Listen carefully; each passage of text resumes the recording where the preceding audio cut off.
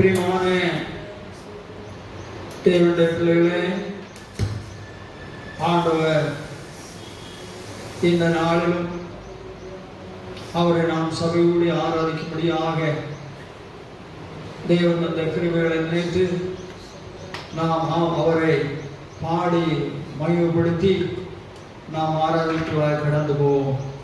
உங்கள் யாரும் கர்த்தரை மகிமைப்படுத்தி தேவனை உயர்த்தி நாம் பாடுவோம். ஸ்தோத்திரம். தேவாதி தேவனே மகத்வா ஸ்தோத்திரம், தேசிக தோதனே ஜீவா ஸ்தோத்திரம். தேவாதி தேவனே மகத்வா ஸ்தோத்திரம், தேசிக தோதனே ஜீவா ஸ்தோத்திரம். வந்தனம் தந்துமை சொந்தமாய் போற்றுவேன், இந்த வேளைகளில் வந்தருள் இந்த வேளைகளில் வந்தருள் காவியந்தம் ஸ்தோத்திரம்.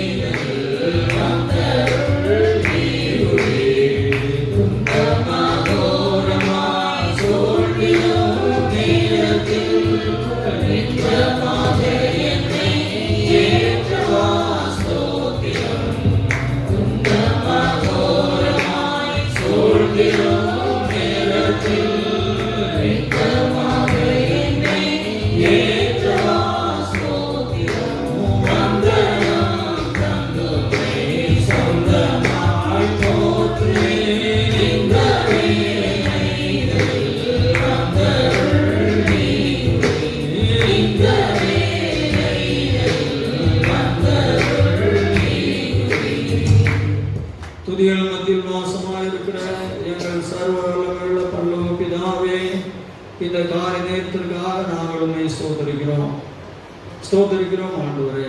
எங்களுடைய வாழ்நாட்களிலே கடந்த நாட்களெல்லாம் எங்களை கண்ணை போல பாதுகாத்து ஆண்டவரே ஸ்தோத்திரம்.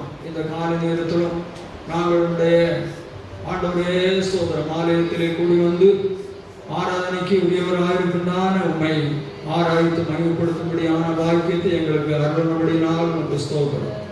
ஆண்டவரே, இன்று இந்த ஆராதனையிலே கர்த்தருடைய மகிமை விளங்குவதாக. நீ உடைய வல்லமை விளங்கு பெட்டியுடன் இந்த ஆராதனையிலே எழுந்தருளுவீரா. தூரத்திலிருந்து சமீபத்திலிருந்தும் ஆராதனை கடந்து வருகிற ஜனங்களை பத்திரமாய் கர்த்தர் பாதுகாத்து கொண்டு வருவீரா. ஆண்டவரே ஸ்தோத்திரம், ஸ்தோத்திரம், ஸ்தோத்திரம், ஸ்தோத்திரம். ஆண்டவரே ஸ்தோத்திரம். ஆண்டவரே, பரவி கொண்டிருக்கிறதான நோய் தொற்றுகள் ஒன்றும் நம்முடைய பிள்ளைகளுடைய பிரயாணங்களிலே அவளை தொற்றாதபடி தேவன் பாதுகாத்துக் கொள்வீராக. பரிசுத்த ஆவியானுடைய பிரசன்னம் முழுதும் தாரனிலே நிறைவாய் எங்களுக்கு தாருங்கள். வியாதியஸ்தர் பிசாசின் வல்லமையோடு இருக்கிற ஜனங்களை கர்த்தர் விடுதலை ஆக்குங்க. ஆத்மாவிலே தம்முடைய பிள்ளைகள் பலம் பெற்று ஆண்டவரே ஸ்தோத்திரம் கடந்து மூடியாக ஆண்டவர் வல்லமையாக எண்ணத்திலே கிரியை செய்யுங்கள். அடியார்களாக எங்களை முழுவதும் தாழ்த்தி உடைய கருத்திலே தருகிறோம். எங்கள் குற்றங்கள் குறைவிட மன்னியும் தாரணைக்காக எங்களை நீ தகுதிப்படுத்துங்க. ஆண்டவர் தொடர்ந்து கர்த்தரை நாங்கள் பாடி கொடுத்த கிருபைதான் நம்முடைய கருத்தில் இருந்து ஆறுதலுக்கு கொடுக்கிறோம். சேவம் நல்ல பிதா. எல்லா நாடும் அல்லேலூயா சொல்லுவோம். அல்லேலூயா. ஸ்தோத்திரம். நம்முடைய பாட்டு புஸ்தகத்தில் ஸ்தோத்திரம் 5வது பாட்டு. ஸ்தோத்திரம் துதி பாத்துரா உம்மை இன்றும் என்றும் துதித்துடுவேன். ஸ்தோத்திரம் துதி பாத்திரா உம்மை என்றும் என்றும் துதித்திடுவே. ஸ்தோத்திரம் துதி பாத்திரா உம்மை என்றும் என்றும் துதித்திடுவே. பாத்திரே மிக கருத்தாக படுவ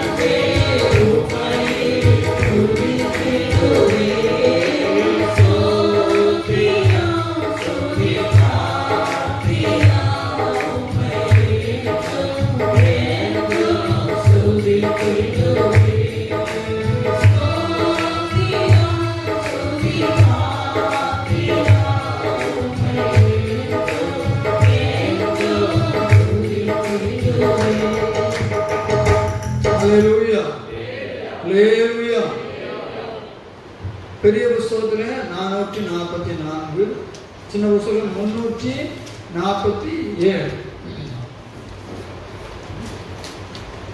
என் ஆத்துமாவே கலங்கிடாதே,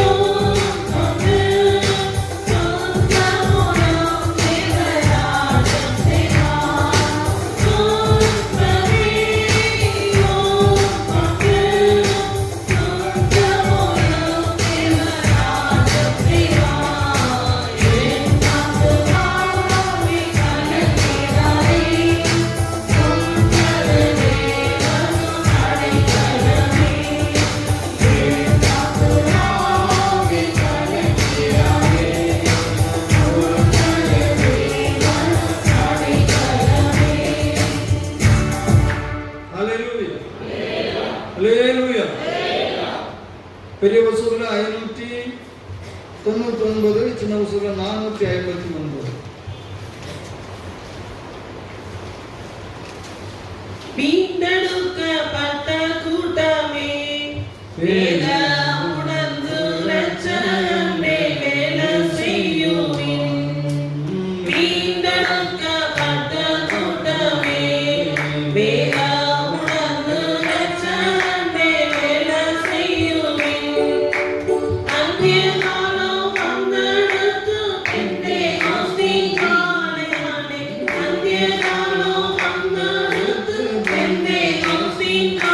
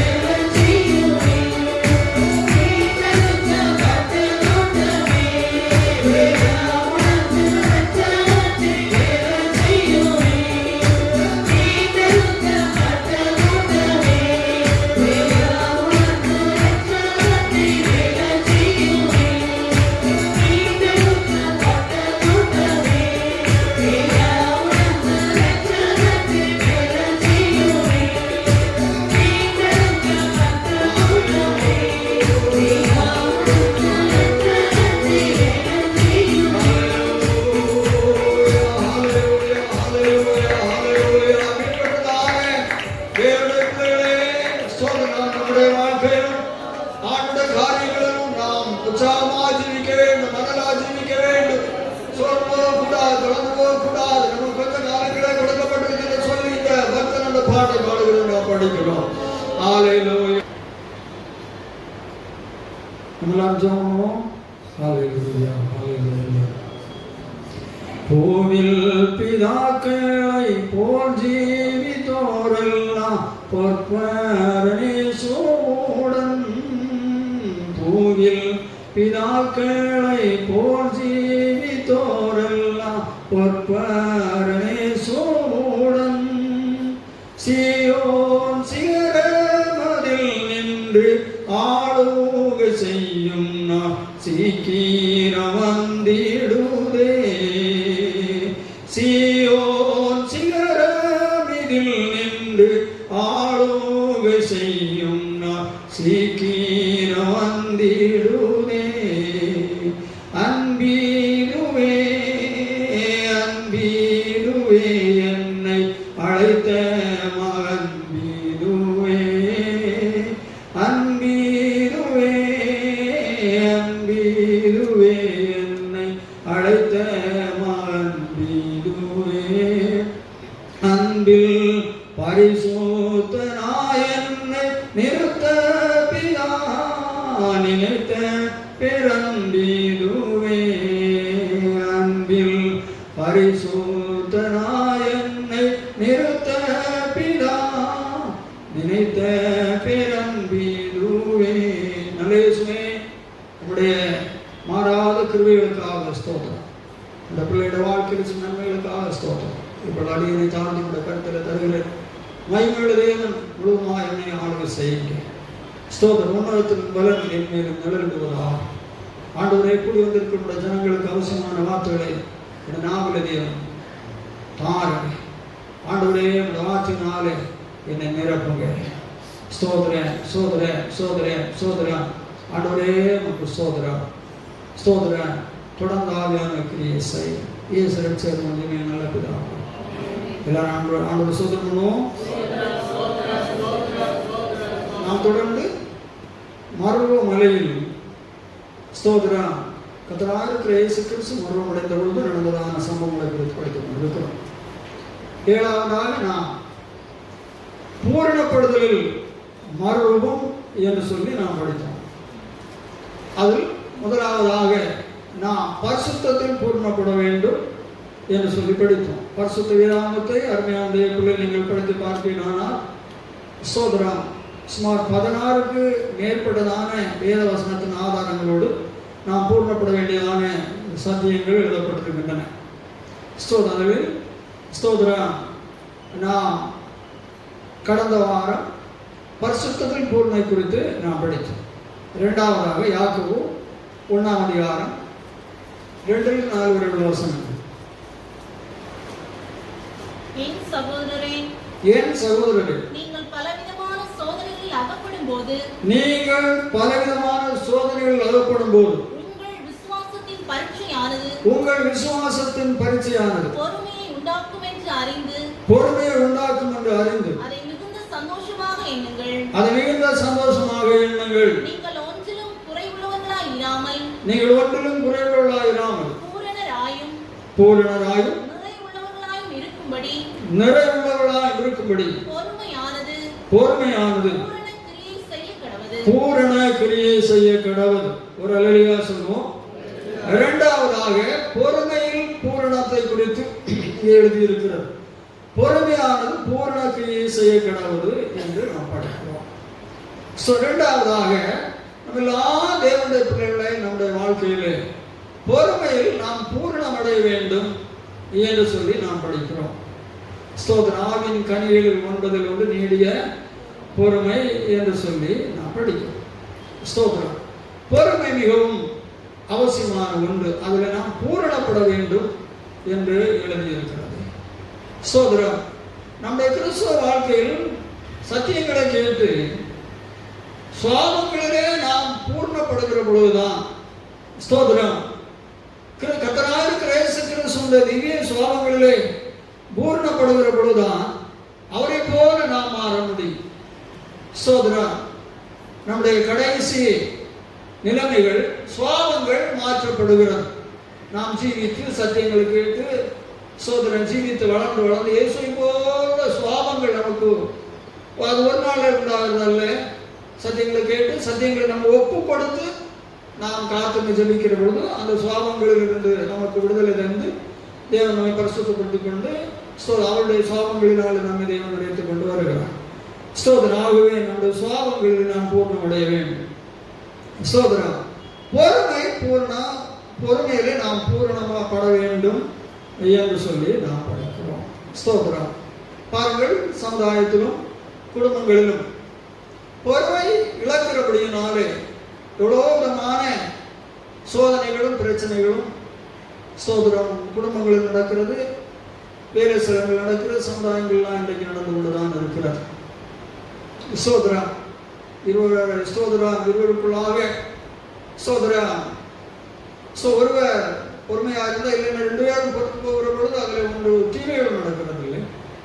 ஆனால் ஸ்தோத்திரம் பொறுமையை இழக்கிற பொழுது ஒருவர் பொறுமை இல்லாமல் இருந்தாலும் ஒருவராக அது பொறுமையாக செய்து கொண்டால் அதில் தெய்வ பிள்ளைகள் தீமை ஒன்று நேரிடுது. இவைகள் நமக்கு நன்றாக தெரிந்த விஷயங்கள். எப்படி நாம் பரிசுத்த வேதாந்தத்தின்படி சொல்லுகிறபடி நாம் பொறுமையில பூரணப்பட வேண்டும் என்று படிக்கிறோம். இங்கு பெரும்பாலான நிலைகளில் பொறுமைகளை குடும்பங்களிலும் இல்லை. புருஷன் மனைவி கூட பொறுமைகள் இல்லை. ஸ்தோத்திரம்.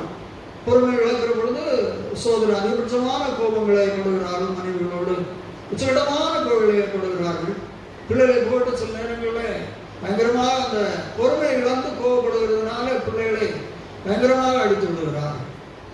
ஸ்தோத்திரம். அது அடித்தது சரியா தப்பா, அது பிள்ளைகளுக்கு எவ்வளோ சிரமமாக இருந்திருக்கு ஒன்றும் சிந்திக்கிறது. அப்படி அந்த கோபமானது ஏன் பொறுமை இழக்கிறபடினாலே தான் இந்த அவசர குணங்கள், ஆத்திர குணங்கள், கோப குணங்கள் எல்லாம் பொறுமையை இழக்கிறபடினால்தான் உண்டாகுது. அது பொறுமைக்கு நாம் பூர்ணப்படுகிற பொழுது, பொறுமைக்குள்ளாக நம்முடைய ஜீவியங்களை காத்து கொள்ளுகிற பொழுது இந்த அவசர குணங்கள், கோப குணங்கள், ஆத்திர சோகங்கள் தேவ பிள்ளைகளை நம்மை ஒரு காலம் அது நம்மளை உண்டானது இல்லை. ஸ்தோத்திரம். ஆனால் நம்முடைய வாழ்க்கையில ஸ்தோத்திரம் பொறுமை இல்லாமல் பல சூழ்நிலைகளிலே பல காரியங்களிலே பொறுமைகளை நாம் இழந்து விடுகிறோம்.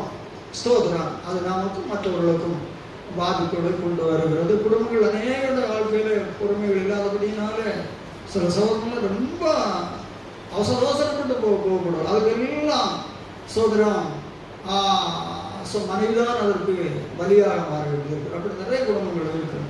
சில குடும்பம் மனைவி ரொம்ப கோபப்பட்டு விடுகிறது. அதில் சில சகோதரர்கள் நல்ல சோகமாக இருக்கிறார்கள். அவர் என்ன சொன்னாலும் அதை சாந்தமாக சகித்து சரி என்று சொல்லிட்டு ஒத்துக்கொண்டு குடும்பத்தை அப்படி கொண்டு வரும். அப்படி 2 செயல்களும் இருக்கத்தான் செய்கிறது. ஆகவே குடும்பங்களை புருஷனில் மனைவிகள் சோதரன் நீங்கள் உங்களை வாழ்க்கையில் வரக்கூடியதான கசநசம் இல்லாத எந்த ஒரு குடும்பங்களும் பூமியிலே இல்லை. அப்படி ஒரு குடும்பமும் தேவனுடைய பிள்ளைகளே இல்லை. ஆகவே எல்லா சிரமங்களிலும் அன்பான தேவ பிள்ளைகளே நீங்கள் குடும்பங்களிலே ஒருவரோடு அட்ஜஸ்ட் பண்ணி சோதரம் பொறுமை இழக்கக்கூடிய நிலையில் வந்தாலும் நாம் தேவ பிள்ளைகளாக இருக்கிறபடினால வேத வசனங்களை கொண்டு வந்து நாம் இப்படி செய்கிறபோது நம்முடைய குணங்கள் எல்லாம் மாறிப்போகும், தேவனதற்காக நம்மளை துக்கப்படுவாங்க என்று சொல்லி நினைத்து தேவ பிள்ளைகள் உங்கள் சூழ்நிலையை நீங்கள் சோதரம் அட்ஜஸ்ட் பண்ணி ஜீவியங்களை நீங்கள் மாற்றிக்கொள்ள வேண்டும். ஸ்தோத்திரம். ஒரு அல்லேலூயா சொல்லுவோம். யாக்கோபு 5:10-11. என் சகோதரரே கர்த்தருடைய நாமத்தினால் பேசின தீர்க்கதரிசிகள் துன்பப்படுத்துதலுக்கும் நீடிய பொறுமைக்கும் திருஷ்டாந்தமாக வைத்துக் கொள்ளுங்கள். அங்கே தேவனுடைய தீர்க்கதரிசிகள் பேசின தீர்க்கதரிசிகள் விரோதமாக துன்பங்களும் அவர்களுடைய நீடிய பொறுமைகளையும் நீங்கள் திருஷ்டாந்தங்களாக வைத்துக் கொள்ளுங்கள் என்று எழுதியிருக்கிறார். இதோ பொறுமையா இருக்கிறவர்களை பாருங்க, பொறுமையா இருக்கிறவங்க பாக்கியவான்கள் தான் சொல்றாங்க. பொறுமையா இருக்கிறவங்க பாக்கியம் கெட்டவங்க இல்லை. எந்த நிலையிலும் சொல்லுகிறோமே எழுதியிருக்க மனுஷனே சொல்லுகிறானா சோதரர் பாருங்க, அவங்க சிஸ்டர் பாருங்க, அந்த குடும்பத்தினர் பாருங்க, சூழ்நிலைகளும் ரொம்ப பொறுமையான சூழ்நிலைகளை அவங்க தாண்டி போகிறாங்க. அப்ப அது பாக்கியவான்கள் என்று சொல்லி தான் சொல்லுகிறார்கள். பொறுமையான பாக்கியவான்கள் என்று சொல்லுகிறோமே. யோபின் பொறுமை குறித்து நன்றாக கேள்விப்பட்டிருக்கிறீர்கள், வேதத்தை நன்றாக படித்திருக்கிறீர்கள். கர்த்தருடைய செயலின் முடிவையும் கண்டிருக்கிறீர்கள். கர்த்தருடைய செயலின் முடிவையும் கண்டிருக்கிறீர்கள். அல்லேலூயா சொல்லுவோம்.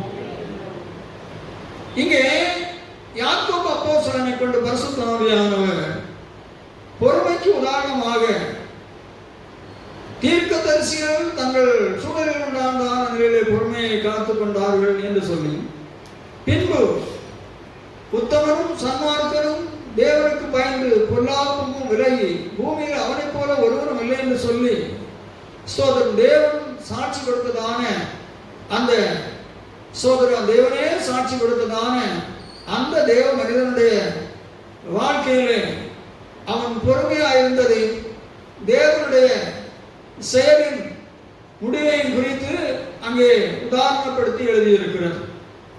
அப்படியானால் யோபுடைய பொறுமை என்ன, தேவனுடைய செயல் அவனுடைய வாழ்க்கையில் என்ன என்று சொல்வது பாருங்கள். யோபின் பொறுமை முடிவு தேவனுடைய செயல் என்று சொல்லி எழுதியிருக்கிறது. ஸ்தோத்திரம். அல்லேலூயா சொல்லுவோம்.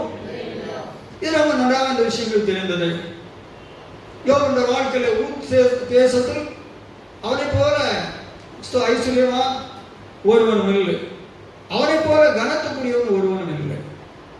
சோதரன் அவன் தெருவிலே போகிற பொழுது ஜனங்கள் எழுந்து நிற்பார்கள் என்று வேதத்தில் எழுதியிருக்கிறது.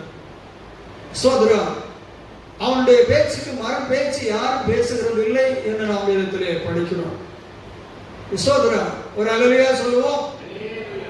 எவ்வளவோ காரியங்கள் யோபை குறித்து எழுதியிருக்கிறது. அவனுடைய மிருக ஜீவங்களுடைய எண்ணிக்கைகள், அவனுடைய அழகான 10 பிள்ளைகள், வேலைக்காரர்களுக்கு எண்ணிக்கை இல்லை.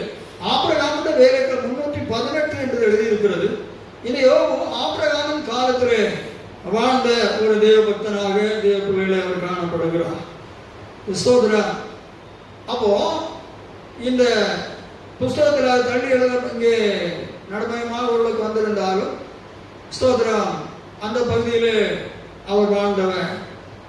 ஸ்தோத்திரா. அருமையான விசுவாசிகளே, அவருடைய ஸ்தோத்திரா மென்மையான காரியங்கள் எல்லாம் இப்படி இருந்தோம். அவர் எல்லாம் நஷ்டப்பட்டு போகிறார். பிள்ளைகள் மரித்து போகிறார்கள், வேலைக்காரர்கள் மரித்து போகிறார்கள். சோதரா அவருடைய வீடு எல்லாம் உடைந்து போகிறது. சோதரா மிருகஜீவன்கள் எல்லாவற்றையும் சத்துருக்கள் தேவனுடைய பிள்ளைகளை கிழக்கு புத்திர சோதரா என்று சொல்லக்கூடியதான சில சத்துருக்கள் எல்லாவற்றையும் சூறையாடி கொண்டு போகிறார்கள். யோபு மிகவும் ஸ்தோத்திரம் சரீரமெல்லாம் புண் இருக்கிறது, சரீரத்தில் புழுக்கள் இருக்கிறதை குறித்து யோபு எழுதுகிறான். ஸ்தோத்திரம். யோபுடைய ஊரு தெரியவில்லை என்று சொல்லி 3 சிநேகிதர்கள் யோபுடைய சங்கடங்களை கேட்கிறபோது பார்க்க வந்தார்கள். வந்தவுடன் ஸ்தோத்திரம் அவர்களும் சேர்ந்து யோபுவோடு கூட உட்கார்ந்து சங்கடப்படுகிறார். இப்படி சங்கடப்பட்டதான நிலை யோபு தேவனுடைய பிள்ளைகளே பொறுமையா இருக்கிறான். மனைவி சொல்லுகிறாள், நீ இன்னும் உத்தமத்தில் உறுதியாய் இருப்பீரோ, உடைய தேவனை தூசித்து ஜீவனை விடும். ஏன்னா இருக்கிற நிலைமை அப்படி. அவ்வளவு உத்தமன் என்று பரலோகத்தின் தேவனே சாட்சி கொடுத்த ஒரு மனிதனுடைய வாழ்க்கைக்கு இவ்வளவு கஷ்ட நஷ்டங்கள் இழப்புகள் சரீரத்தில் ஆரோக்கியம் எல்லாம் இழந்து சோதரம் போயிருக்கிறார். அப்ப பாருங்கள், உத்தமரமாக ஜீவிக்கக்கூடியதான ஒரு தேவ மனிதனுடைய வாழ்க்கையில் வரக்கூடியதான் மகாபட்டான போராட்டங்களிலே யோபு எல்லாம் பொறுமையாக செய்தார். அதுதான் அதனுடைய விஷயம். மனைவி சொன்ன உடனே கூட என்னுடைய மனைவி சொல்லுகிற நிலைமையே உண்மைதானே, தேவனை உத்தமமாய் பின்பற்றியும் அவரே என்னை சாட்சி கொடுத்தோம், என் வாழ்க்கையில் நடந்த சம்பவம் என்ன, முடிவு என்ன என்று சொல்லி அவர் எண்ணி அவர் என்ன சொல்லுகிறார், பைத்தியக்காரி பேசுகிற போல நீ பேசுகிறாய், தேவனுடைய நன்மை பற்றி நான் தீமையை பெற வேண்டாமா என்றுதான் சொல்லுகிறார். உலகதான தேசத்தில் மென்மையாக தேவன் வைத்தாரே, நன்மை தானே பெற்றோம், எல்லாரும் போகணும் நம்மளை பேசுனாங்களே, நல்லா இருந்ததில்ல, இப்போ தீமை நம்ம அனுபவிக்க வேண்டும் என்று சொல்லுகிறார். அப்போ யோபு பொறுமையை இழக்கவில்லை, பொறுமையோடு நிதானத்தோடு தான் மனைவிடத்திலே பலன் சொல்லுகிறார். ஒரு அல்லேலூயா சொல்லுவோம். பாருங்கள், அநேக அப்படி ஒருவர் சொன்னார், இவங்களும் சிந்தித்தேன். என்னுடைய பார்வையில நான் ஒரு தீமையும் செய்ததில்லை. தேவனுக்கு முடிந்த மட்டும் ஆண்டவருக்கு மகிமையாக ஜீவித்திருக்கிறேன். என்னுடைய வாழ்க்கையில் இவ்வளவு இழப்புகள், கஷ்டங்கள், கைவிடப்பட்டதான நிலைமைகள் என்றெல்லாம் பேசுவர்களோடு அவர்கள் பேசுவார்கள். இல்லைன்றால் தேவனிடத்தில் அநேக கேள்விகளை கேட்பார்கள். ஆண்டவரே, எனக்கு இப்படி வரலாமா? ஏன் எனக்கு இப்படி வந்தது? நான் நமக்கு என்ன தீமை செய்தேன் என்றெல்லாம் அநேக கேள்விகள் கேட்பார்கள். ஆனால் யோபு 1ஆம் அதிகாரத்தில் படிக்கிற பொழுது கடைசி வசனத்தில் கர்த்தர் கொடுத்தார், கர்த்தர் எடுத்தார், கர்த்தருடைய நாமத்துக்கு யோபுவினால் தன் வாயினாலே பாவம் செய்யவும் இல்லை. நம்ம அப்படி மனுஷன் அப்படி இருக்கிறது இல்லை. சோதரன் கஷ்ட சமத்தை எல்லாரும் ஜோபன் அவர்களுக்கு இப்படிதான் கேட்கிறாங்க. சோதரன் விசுவாசிகள், ஏன் இந்த வாழ்க்கையில் இந்த பாடுகள், இந்த பிரச்சனைகள், இந்த சங்கடங்கள், இந்த பற்றாக்குறைகள், இந்த வியாதிகள், நான் இவ்வளோ கஷ்டப்படுகிறேன், இதுக்கு நான் என்ன செய்யறேன்னு தான் கேட்கிறாங்க விசுவாசிகள். அவர்கள் இருக்கிறதான ஒரு கேள்வி, கொஸ்டின். சோதரன் அல்லையா சொல்லுவோம். நான் என்னுடைய ஊழியத்தின் பகுதியிலே ஆண்டவராக இருக்கேன். ஆண்டவர் என்னை 14 வயசுல ரட்சித்தார். 17 வயசுல தேவ பிள்ளைகளை ஆண்டோட ஊழியத்திற்காக தேவனை அழைத்து ஸ்தோத்திரம் பிரித்தெடுத்தார். சோதரம் அதற்கு பின்பு இந்த வாழ்க்கையில எவ்வளோ போராட்டங்கள், சிரமங்கள் எல்லாம் வந்திருக்கின்றன. சோதரம் மரணத்துக்கு ஏதுவான வியாதிகள் வந்து நான் மறித்தேன், உயிரில்லை என்று சொல்லக்கூடிய நிலைகளிலே, சோதரை எல்லாரும் சொல்லக்கூடிய நிலைகளிலே ஒரு தரம் அல்ல, சுமார் 5 முறைக்கு மேற்பட்ட நிலைகளிலே அப்பேற்பட்டான வியாதிகள் பல முறை எனக்கு வந்திருக்கின்றன. அது எல்லாருக்கும் தெரிந்து நான் உண்மை. சோதரர் ஆனாலும் அருமையான விசுவாசிகளை, ஒரு நாள் ஒரு காரியத்தை நான் ஒரு நாள் ஆண்டவர் கிருபையினால உண்மை முறுமுறுத்ததும் இல்லை. ஏன் எனக்கு இப்படி வந்ததுன்னு சொல்லுதில்லை, கேள்வி கேட்டதும் இல்லை. நல்லா காமிச்சுக்கிறேங்க. எனக்கு அப்படி ஒரு தினம் சொல்லி தந்ததும் இல்லை. நான் ஆண்டவரே சோதர நாமுக்கு பிரியமாய் வாழ்ந்தா எனக்கு பேர்பட்டான ஒரு சிரமங்கள், கஷ்டங்கள் வருமா? நான் தான் குறைவுள்ளவன் என்று சொல்லி இன்னை வரை நான் அதைத்தான் செய்வேன். எது வந்தாலும் ஆண்டோடத்துல அதுதான் சொல்றேன். எனக்கு ஏன் இது வந்தது என்ன சொல்லிட்டு அவள்கிட்ட போய் கேள்வி கேட்க முடியும், அந்த மாதிரி கேட்கறத வழக்கம் எனக்கு இல்லை. அது எனக்கு பகுதியிலும் வேத வசனத்துடைய ஆதாரங்களுக்கு தக்கதாகும். அப்படி நாம் தேவனத்திலே கேள்வி கேட்பதற்கு நமக்கு ஒண்ணுமே இல்லை. ஏதோ தேவன் அப்படி கிருபையினால் அப்படி பழக்கம் கொண்டு வந்தார். அது ஒரு நல்ல காரியமாக இருக்கிறது. ஸ்தோத்திரம். யோபு தன்னுடைய வாழ்க்கையில் நிதானத்தோடு எந்த அவசரம் பாருங்க, யோபம் அவசரமோ ஆத்திரமோ ஒன்றும் படலை. சும்மா எல்லாம் இருந்து ரொம்ப மனமகிழ்ச்சி களிப்போடு இருக்கிறதான ஒரு மனிதனை போல கர்த்தர் கொடுத்தார், கர்த்தர் எடுத்தார், கர்த்தருடைய நாமத்துக்கு ஸ்தோத்திரம். அது நம்ம எப்போ சொல்லுவோம்? நமக்கு எல்லாம் நன்மை இருந்து நம்ம நல்ல நிறைவான சந்தோஷம் இருக்கிறவங்களும் அந்த வார்த்தைகளை நம்ம பயன்படுத்துகிறோம். அதுபோல சோதனை உச்சகட்டத்தில் 10 பிள்ளை ஒரு நாள் செத்து போனால் எவ்வளவு சங்கடம், பொருளாதாரங்கள், மிருகஜீவன் எல்லாம் ஆகிப்போன. அவன் அவ்வளோ எல்லாம் இருந்து எல்லா சந்தோஷம் இருந்து சந்தோஷத்தின் மிகுதியிலே பேசுகிறது போல் நிதானமாக பேசுகிறார். அவன் யோகன் பொறுமை.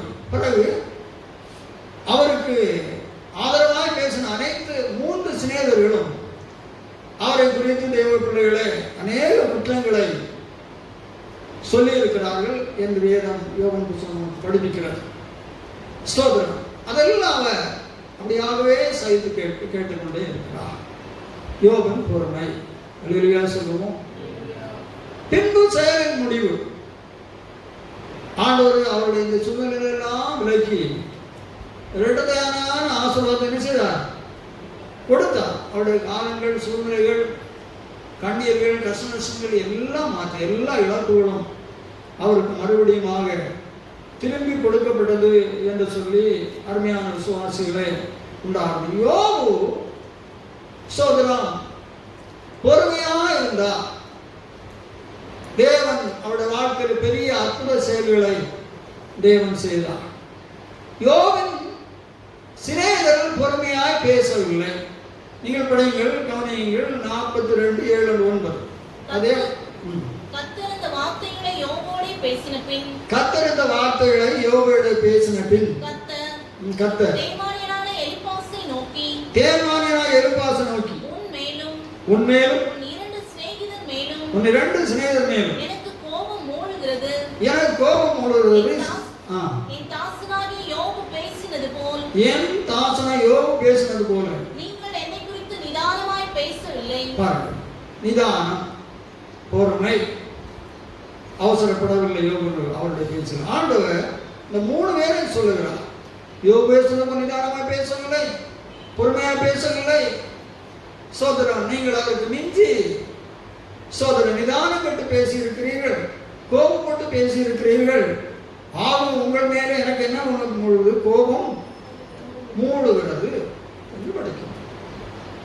நல்லா ஒரு தேவனே 3 பேரை கூப்பிட்டு சொல்லுகிறார். நீங்கள் யோபு பேசுனது போல பேசவில்லை, நிதானமாய் பேசவில்லை, நீங்கள் அவசரப்பட்டு பேசினீர்கள், ஆத்திரப்பட்டு பேசினீர்கள், கோபத்தோடு பேசினீர்கள். இதனால என் கோபம் உங்கள் மேல் மூடுகிறதுன்னு தான் சொல்றேன். அப்ப தேவ பிள்ளைகளை நம்முடைய வாழ்க்கையில் நாம் பொறுமையை இழந்து, நிதானத்தை இழந்து, அவசரப்பட்டு பேசுகிற பொழுது தேவனுடைய பார்வையில நாம் குறைவுள்ளோம் என்பதை இங்கே தெளிவாக தேவனே நமக்கு எழுதி வைத்திருக்கிறார். அப்படி நாம் நிதானம் கட்டு, அவசரப்பட்டு, ஆத்திரப்பட்டு, பொறுமை இழந்து நாம் பேசுகிற பொழுது சோதரன் தேவனுடைய கோபத்துக்குள்ளாகும். தேவன் அதை பார்த்து சோதரன் என்னுடைய கோபம்தான் மூழ்கிறது என்று சொல்கிறார். அதற்கு ஒரு வழியை சொல்லிக் கொடுக்கிறார். அதுல நீங்க படிங்க. நீங்க அதனால இப்படி நடந்துட்டீங்க, நீங்க ஒண்ணு செய்யணும். ஆதலால் நீங்கள் 7 காளைகளையும் 7 ஆட்டுக்கடாக்களையும் தெரிந்து கொண்டு 7 ஆட்டுக்கடாக்களையும் தெரிந்து கொண்டு என் தாசனாகிய யோபினிடத்தில் போய் உங்களுக்காக சர்வாங்க தகன பலிகளை இடுங்கள். என் தாசனாகிய யோபும் உங்களுக்காக வேண்டுதல் செய்வான். நான் அவன் முகத்தை பார்த்து போதும். தேவப்பிள்ளைகள், நீங்க இந்த குற்றத்திலிருந்து என் கோபத்தில் விடுதலை ஆகும்படி 7 காளைகளை தெரிந்து கொண்டு நீங்க யார்கிட்ட போகணும்? யோபுட்டு தான் போகணும். யோபம் கொண்ட ஒரு எந்த விதமான அவசியம் இல்லை. இது தேவனே இங்கே சொல்லக்கூடிய விஷயங்கள். போய் நீங்க சர்வதவனில் இடுங்க, நீங்க சில குற்றத்திலிருந்து விடுதலை உண்டாகும்படும். அதுக்கு யோபு உங்களுக்கு உதவி செய்வான். அப்போ நான் உங்களுக்கு இறங்குவேன் என்று சொல்லுகிறான். இது தேவன் சொல்லுகிறதான வார்த்தை. அப்போ அன்பான தேவ பிள்ளைகளே, நம்முடைய வாழ்க்கையிலே பொறுமை இழந்து நாம் நடப்பிக்கிறதான காரியங்களிலிருந்து தேவன் நமக்கு விடுதலை தர வேண்டுமானால் நான் எந்த வழிகளை கையாள வேண்டும் என்று எழுதி வைத்திருக்கிறது. அந்த வழிமுறைகளை நாம் கையாளவிட்டால் அதனுடையதான சிரமங்கள் நம்ம விட்டு நீங்க முடியாது என்கிற இந்த சத்தியத்திலிருந்து நீங்க ஆழமாக சிந்தித்து பாருங்கள். வீடுகளுக்கு அது எவ்வளவு பயங்கரமான நிலைக்கு நீராக அந்த பகுதி கடந்து போகிறது என்று சொல்றோம். ஆகவே சோதனை என் கோபம் கொள்மையில் இருக்கிறது, அந்த விடுதலை தர சர்வாங்க தவறுகள் இட வேண்டும். 7 காலை தெரிந்து என்னுடைய யோகத்தில் போங்க, அவனும் உங்களுக்கு உண்மை பண்ணுவான். அவன் முகத்தை பார்த்து தான் செய்ய ஒரு அளவிலே சொல்லுவோம். ஆகவே அன்பான விசுவாசிகளா, தேவனுடைய பிள்ளைகளே, சோதரன் பொறுமையா இருக்கிற பாக்கியவான்கள். யோபு பொறுமையா இருந்த பாக்கியவான் என்று சொல்லி தீர்க்கப்பட்டு சோதரம் தேவனுடைய அற்புதமான செயல்களை அவன் பெற்றான். அவனுடைய சிரமங்கள் மாறி அவன் இடத்தையான நன்மைகளை ஆசீர்வாதங்களை பெற்றான். யோபன் சிநேகர்கள் பொறுமைகள் என்று பேசினபடினாலே அவருடைய வாழ்க்கையிலே தேவ கோபங்களுக்குள்ளாய் அந்த கோபங்கள் விடுதலையாகக்கூடியதான வழிகளையும் தேவன் அவர்களுக்கு வகுத்து கொடுத்து அவர் அந்த வழியாக யோகத்திலே கடந்து போய் சர்வாங்க தகனங்களை விட்டு அவர்களுக்கு ஆதரவாக தேவனுடைய சமூகத்திலே யோபும் மன்றாடி வேண்டிக் கொள்ளுகிற பொழுது அந்த குறைவிலிருந்து விடுதலை அடைகிறார்கள் என்று படிக்கிறோம். ஆகவே நாம் யோபன் சிநேகர்களை போல சோதரம் பொறுமையிழந்து பேசாதபடி, நிதானமற்று பேசாதபடி, எல்லா சூழ்நிலைகளிலும் யோபை போல பொறுமையாய் நிதானமாய் நாம் பேசுகிற அன்பான தேவ மக்களை நாம் காணப்பட வேண்டும். அதை தேவன் நம்மளே அதிகமாக எதிர்பார்க்கிறார். அது வேதத்திலே நமக்கு எழுதி வைத்திருக்கிறது. லூக்கா 21:19 பொறுமையினால் உங்கள் ஆத்துமாக்களை காத்துக்கொள்ளுங்கள். படியுங்கள். உங்கள் பொறுமையினால் உங்கள் ஆத்துமாக்களை காத்துக்கொள்ளுங்கள். நம்ம ஆத்மா தேவ பிள்ளைகளை காக்கப்பட வேண்டுமானால் பாருங்க, நம்முடைய ஆத்மா காக்கப்பட வேண்டும். ஆத்மா காக்கப்படுவது எப்படி என்று சொல்லக்கூடிய தலைப்பின் கீழ் உள்ள சத்தியங்கள் நீங்கள் பார்த்தீங்கன்னு சொன்னால் அதுக்கு நிறைய சத்தியம் இருக்கிறது. ஒரு தேவ மனிதனுடைய இல்லைன்னா ஒரு விசுவாசியுடைய ஊழியருடைய ஆத்மா சோதரம் தேவனுடைய பார்வையிலே குற்றமிட்டதாய் காக்கப்பட வேண்டுமானால் அவன் கையாள உபதேசங்கள் என்ன எழுதியிருக்கிறது. இது ஒன்று மட்டுமல்ல, அதுல ஒன்றுதான் பொறுமையினால ஆத்துமாக்களை காத்துக்கொள்ள வேண்டும். ஒரு அல்லேலூயா சொல்லுவோம். தன் நாவையும் உதடையும் காத்துக்கொள்ள ஆத்துமா இடுக்கணுக்கு நீங்களாக்கி காக்கிறான். அப்படி நிறைய சத்தியங்கள் ஆத்துமா காக்கப்படுவதற்கு எழுதி இருக்கிறது. ஸ்தோத்திரம். ஒரு அல்லேலூயா சொல்லுவோம். இங்கே நம்முடைய ஆத்துமா தேவ என்னாலும் காக்கப்பட வேண்டும். ஸ்தோத்திரம். நம்முடைய கர்த்தராகிய இயேசு கிறிஸ்து அவர்களுடைய ஆவி ஆத்துமா சரீரம் குற்றமற்றதா இருக்கும்படி காக்க படுவதாக. நம்ம ஆத்துமா தேவ பிள்ளைகளே சரீரத்தை உயிர் பெறும் பொழுது நம்ம ஆத்துமா ஸ்தோத்திரம் தேவனுடைய சமூகத்திலே கடந்து போகிறது. ஆத்துமா குற்றம் உள்ளதாய் காணப்படுமானால் ஸ்தோத்திரம் நாம் தேவனுடைய ஜனங்களே நாம் இளைப்பாறுதலை பிரவேசிக்க முடியாது. ஸ்தோத்திரம்.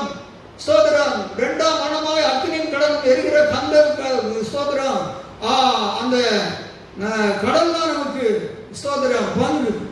ஆத்மா குற்றமுள்ளவர்களாய் மரித்தான். குற்றமுள்ளவர்களாய் ஆத்மாவை மறிக்கிறவர்கள் பரலோகம் நம்முடைய ஆத்மாவை சேர்த்துக் கொள்ள முடியாது என்பது திட்டமிட்டமான வேதத்தினுடைய உண்மை. ஆகவேதான் ஸ்தோத்திரம் நம்முடைய ஆத்மாவை பொறுமையினால் காக்க வேண்டும் என்று எழுதியிருக்கிறது. நாம் நம்முடைய கிறிஸ்தவ வாழ்க்கையில் ஸ்தோத்திரம் அன்பான தேவ பிள்ளைகளே நாம் பொறுமையை இழந்து வாழ்வோமானால் ஜீவிப்போமானால் நம்முடைய ஆத்மா ஸ்தோத்திரம் மரித்து போகும். நம்முடைய ஆத்மா உயிரடையாது. நம்முடைய ஆத்மா வளர்ச்சி அடையாது. நம்முடைய ஆத்மா குற்றீராகிவிடும். நாளாவட்டம் நம்முடைய ஆத்மா நஷ்டமடைந்து போகும். ஆகவே நம்முடைய வாழ்க்கையிலே நம்முடைய ஆத்மா காக்கப்படுவதற்கு எல்லாவற்றிலும் மேலாக நமக்கு காக்கப்பட வேண்டியதான ஒன்று நம்முடைய ஆத்மா. ஸ்தோத்திரம். ஆகவே நம்முடைய ஆத்மாவை காக்க வேண்டுமானால் நாம் பொறுமை மிகவும் அவசியம் என்பதை ஸ்தோத்திரம் இந்த வேத வசனம் சொல்லுகிறது. அருமையானவர்களே, நம்முடைய ஆத்மாவை நாம் தான் காக்க வேண்டும். ஸ்தோத்திரம். ஒரு அல்லேலூயா சொல்லுவோம். தீமோத்தேயுவிலே 1 தீமோத்தேயுவிலே எழுதியிருக்கிறது, உன்னை நீ சுத்தமானாக காத்துக்கொள் என்று சொல்லி அதுல 4ஆம் அதிகாரத்தில் வரும். சீக்கிரம் ஒருவன் கையை வைக்காமலும் அந்த வசனத்தை கீழே வரும் நினைக்கிறேன். எடுத்தீங்களா? பிடிக்கலையோ? பிடிக்கலாம் இருக்கணும். அப்போ ஆகவே நம்முடைய ஆத்மாவை தேவனுடைய பிள்ளைகளே நாம் காத்துக்கொள்ள வேண்டியது மிகவும் அவசியம். பொறுமையினால தான் ஆத்மா காக்கப்பட முடியும். பொறுமை நாம் இழந்தோமானால் நம்ம ஆத்மாவை காக்க முடியாது. நம்முடைய ஆத்மா சுத்தமா நஷ்டப்பட்டு போகும். அதனால நாம் பொறுமையினாலே நம்முடைய ஆத்மாவை காத்துக்கொள்ள வேண்டும். சோதனம் அல்லேலூயா சொல்லுவோம். எடுத்தீங்களா? 5:22. ஒருவன் மேல சீக்கிரமாய் கைகளை வையாதே. ஒருவன் மேல சீக்கிரமாய் கைகளை வையாதே. மற்றவர்கள் செய்யும் பாவங்களுக்கும் உடன்படாதே. உன்னை சுத்தமானாக காத்துக்கொள். அது ஒரு பொருள் நமக்கு அவர்களுடைய கடைசி சுத்தமான நம்மை காத்துக்கொள்ள வேண்டும் என்று சொல்லி நாம் படிக்கிறோம். அப்போ வந்து யோபனுடைய சோதரம் மகிமையான பொறுமையும் தேவனுடைய சோதரம் நாம் சிந்திக்க முடியாத அளவுக்குள்ளதான தேவனுடைய அவ்வளவு பயங்கரமான மகிமையான அவருடைய அற்புத செயல் சொல்லுவோம். சோதரம் பிறகு நாம் ஒருவேளை பொறுமை இழந்து நாம் நடைமுறையிலே நடந்திருந்தால் அதிலிருந்து எப்படி விடுதலை அடைய வேண்டும் என்று சொல்லக்கூடிய வழிமுறைகளும் அதில் எழுதப்பட்டிருக்கிறது. இரண்டாவதாக நாம் பொறுமையில் நம்முடைய ஆத்மாக்களை காத்துக்கொள்ள வேண்டும். பொறுமை இல்லை என்று சொன்னால் ஆத்மா காக்கப்படாது என்று படிக்கிறோம். ரோமர் 12 உபத்திரவத்தில் பொறுமையா இருங்கள் என்று படிக்கிறோம். ஆகவே நம்முடைய உபத்திரவங்களிலே பொறுமையாக உபத்திரங்கள் வருகிறோம் தான் பொறுமையை இழக்கிறோம். அநேக தேவப்பிள்ளை என்ன சொல்லுகிறாங்க, நான் இந்த சூழ்நிலை பொறுமையாக இருக்க முடியுமா என்று கேட்கிறாங்க. எனக்கு அந்த உபத்திரம் அவ்வளவு பெறுது இல்லவா, சோதனை அவ்வளவு பெறுது இல்லவா என்று சொல்லி இங்கே வேதம் என்ன சொல்லுகிறது, உபத்திரவத்தில் தான் பொறுமையா இருக்க வேண்டும் என்று சொல்லி இருக்கிறது. யோபு உபத்திரம் இல்லாம பொறுமையா இருந்தாரா, உபத்திரவத்தில் பொறுமையா இருந்தாரா? யோபு உச்சகட்டமான தேவனுடைய பிள்ளைகளே உபத்திரவத்தில் தான் யோபு பொறுமையா இருந்தார். சோதரம் மகா பிரதான ஒருவரும் சகிக்க முடியாததான பிரதான அந்த உபத்திரவத்தின் உச்சகட்டத்தில் தான் பொறுமையா இருந்து தேவனாக பாக்கியவான் என்று சொல்லி தீர்க்கப்பட்டு தேவனுடைய அற்புதமான செயல்களையும் விடுதலைகளையும் அவர் பெற்றுக் கொண்டார் என்று சொல்லி நான் படிக்கிறோம். ஆகவே அண்ணன் சொல்லுவாங்க, அவங்களுக்கு என்ன உபத்திரம் இருக்கிறது, அவங்க பொறுமையா இருக்கிறாங்க. பாருங்க, எனக்கு எவ்வளவு உபத்திரவம் உண்டு. இல்லை, உபத்திரவத்தில் தான் பொறுமையா இருக்க வேண்டும் என்று சொல்லி வேதம் நம்மை படிப்பிக்கிறது. கொலோசியர் 1:11. அப்போஸ்தலனாகிய பவுல் கொலோசிய சபை பொறுமையிலே வளர, அநேக காரியத்தில் வளர வேண்டும் என்பதை விரும்பி ஜெபிக்கிறார். அதுல வந்து பொறுமை படிங்க. சந்தோஷத்தோட கூடிய பாருங்க, சந்தோஷத்தோட கூடிய எல்லா பொறுமையும். அதுல எழுதியிருக்கிறது பொறுமையில சந்தோஷம் கட்ட பொறுமையும் ஒன்று அங்கே நான் பிடிக்கிறேன். சந்தோஷத்தோடு கூடிய எல்லா பொறுமையும் நீடிய சாந்தமும் உண்டாவதற்கு மகிமையான அவருடைய வல்லமையின்படி எல்லா வல்லமையினாலும் பலப்படுத்தப்படும் உங்களுக்காக வேண்டுதல் செய்கிறோம். அதுல ஒண்ணு சந்தோஷத்தோடு கூடிய எல்லா பொறுமையும் உங்களுக்கு உண்டாகும்படி வேண்டுதல் பண்ணுங்க. ஒரு அப்போஸ்தலனாகிய பவுல் கொலோசை சபையினுடைய மக்கள் சோதரம் சந்தோஷத்தோடு கூடிய பொறுமையிலே வளர வேண்டும் என்று சபைக்காக காத்திருந்து ஜெபிக்கிறார். ஒரு அல்லேலூயா சொல்லுவோம். அப்படியானால் களிகாடு கிருபாசன கிறிஸ்துவும் சபை மகிமையான தேவ பிள்ளைகளே, நீங்கள் எல்லாரும் சந்தோஷத்தோடு கூடியதான எல்லா பொறுமையிலும் நீங்கள் நிரப்பப்பட வேண்டும் என்பது என்னுடைய ஜெபத்தில் ஒன்று.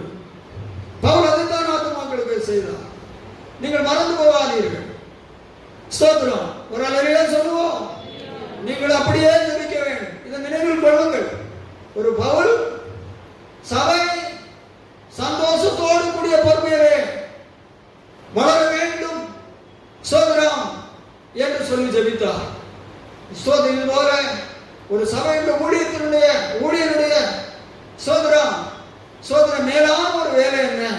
தேவன் தனக்கு கொடுக்கப்பட்டதான ஆத்துமாக்கள் சபை ஸ்தோத்திரம் அருமையானவர்களே, சந்தோஷத்தோடு கூடியதான மகிமையான பொறுமையிலே வளர்ந்து வர வேண்டும் என்பது அவனுடைய பிரதானமான ஜெபங்களில் ஒன்று என்பதை நீங்கள் மறந்து போகக்கூடாது. நீங்களும் ஜெபித்து அந்த சந்தோஷத்துக்குரிய எல்லா பொறுமையிலும் விசுவாசிகள் வளர வேண்டும். 2 தெசலோனிக்கேயர் 3:5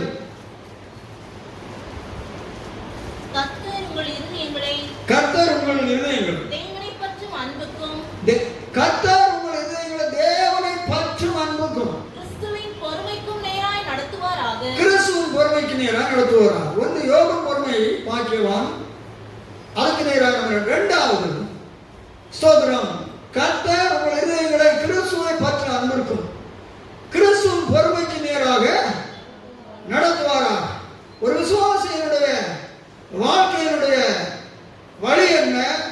நித்தம் அவருடைய பிரயாசம் என்ன? ஸ்தோத்திரம், அவர்களுடைய வாழ்க்கை கிறிஸ்துவின் பொறுமைக்கு நேராக நடத்தப்பட வேண்டும். கிறிஸ்துவின் பொறுமைக்கு வலதுபுறமோ இடதுபுறமோ பின்புறமோ முன்புறமோ அவர்கள் சாயாதபடி ஸ்தோத்திரம் கிறிஸ்துவின் பொறுமைக்கு நேராக ஒரு நாள் நடத்தப்பட வேண்டும். ஸ்தோத்திரம். கர்த்தராகிய இயேசு கிறிஸ்துவுடைய பொறுமையின் அடிச்சுவடே அவர்கள் பார்த்து நடக்க வேண்டும். ஒரு அல்லேலூயா சொல்லுவோம்.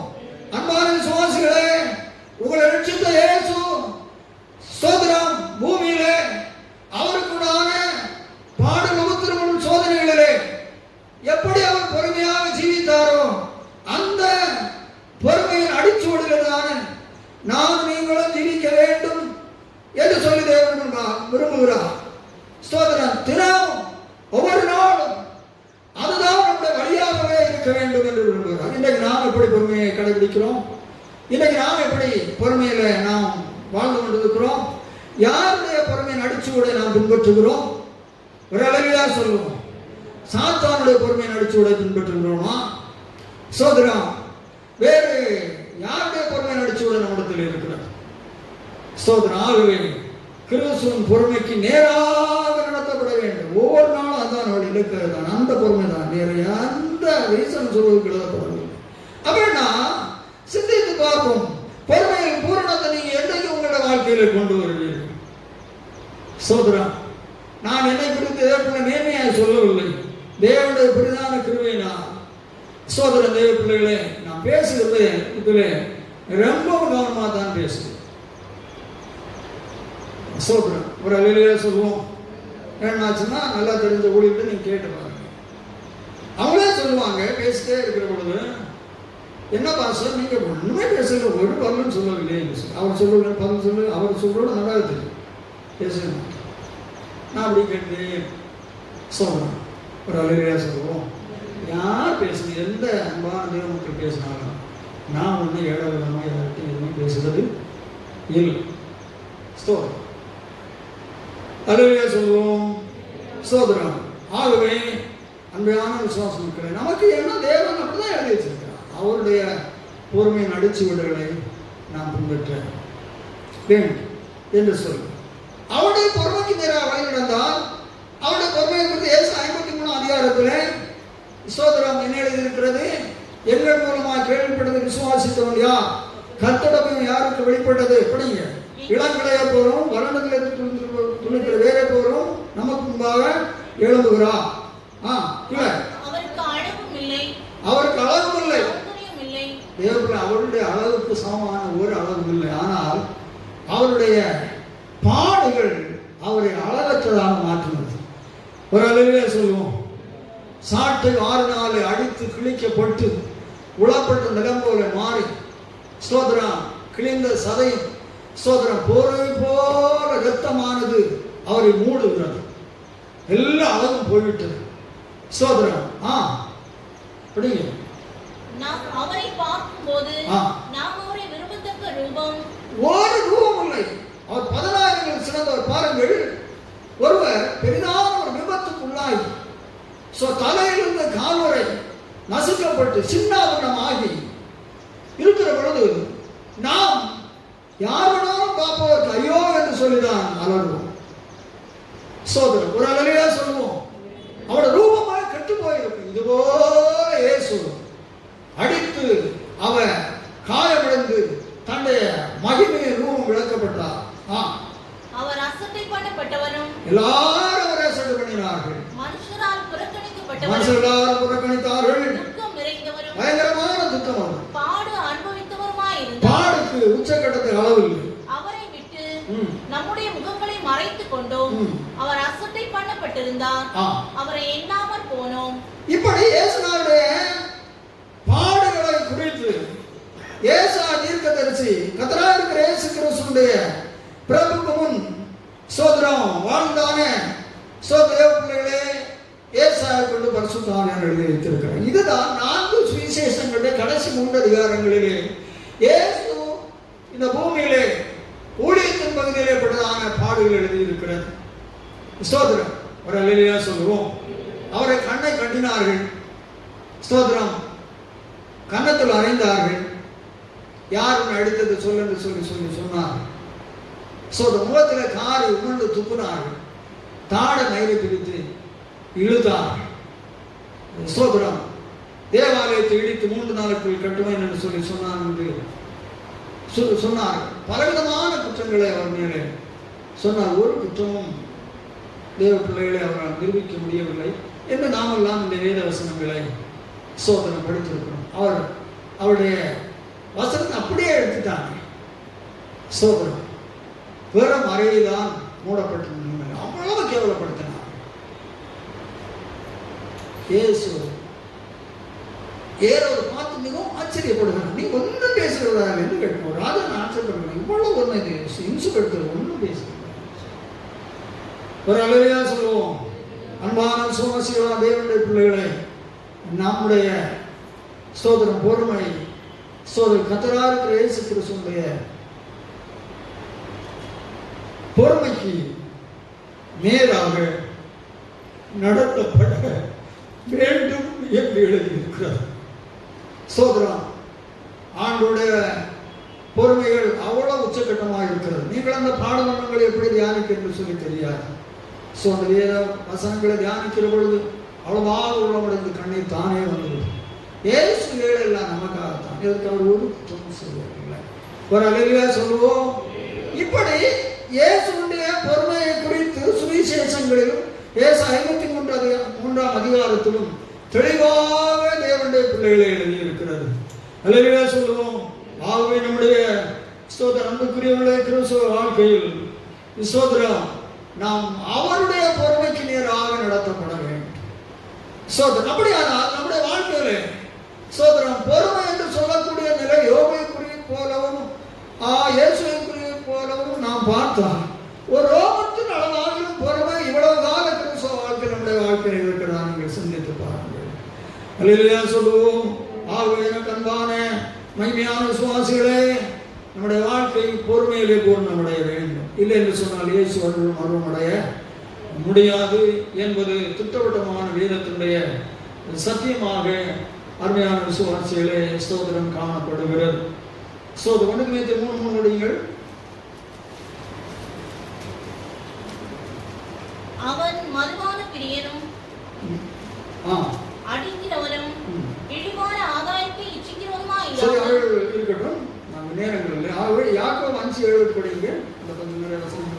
இப்படி இருக்க சகோதரரே, கர்த்தர் மூலமும் நீடிய பொறுமையாய் இருங்கள். என்ன இயேசு வருகிறது, நீங்கள் நீடிய பொறுமையாய் இருங்கள். இதோ பயிரிடுகிறவன், அதுக்கு உதாரணப்படுத்தி பயிரிடுகிறவன் பூமியின் நற்பலனை அடைய வேண்டும் என்று முன்மாறியும் பின்மாறியும் வருமளவும் நீடிய பொறுமையோடு காத்திருக்கிறான்.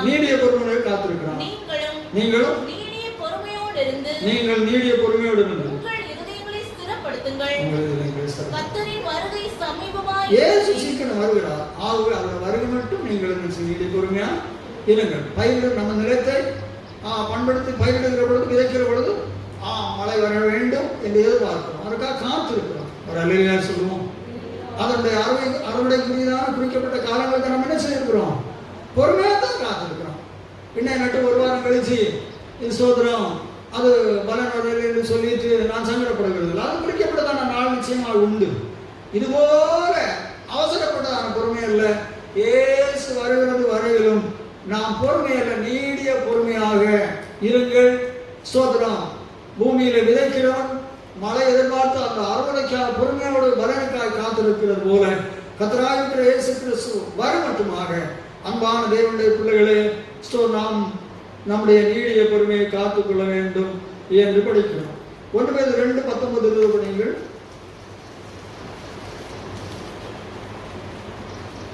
ஏனெனில் தேவன் மேல் பற்றுதலாய் இருக்கிற மனசாட்சி நிமித்தம் ஒருவன் அநியாயமாய் பாடுபட்டு உபத்திரவங்களை பொறுமையாய் சகித்தால், நாம் குற்றம் செய்கிறதுனால பொறுமையாய் சகித்தால் அதுவே பிரீதியாய் இருக்கும். அது சரியா? ஏனெனில் தேவன் மேல் பற்றுதலாய் இருக்கிற மனசாட்சி நிமித்தம் ஒருவன் அநியாயமாய் பாடுபட்டு உபத்திரவங்களை பொறுமையாய் சகித்தால் அதுவே பிரீதியாய் இருக்கும். இதற்காக நீங்கள் அழைக்கப்பட்டும் இருக்கிறீர்கள்.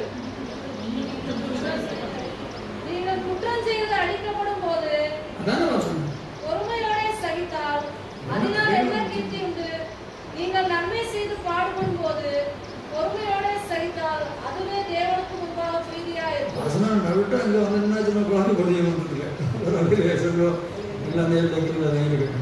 தேவ பிள்ளைகளே, சோதரா, நம்ம குற்றம் செய்து நம்ம அதை பொறுப்பு அது தேவனுடைய பிரதிபலன் இல்லைன்னு எழுதியிருக்கிறது.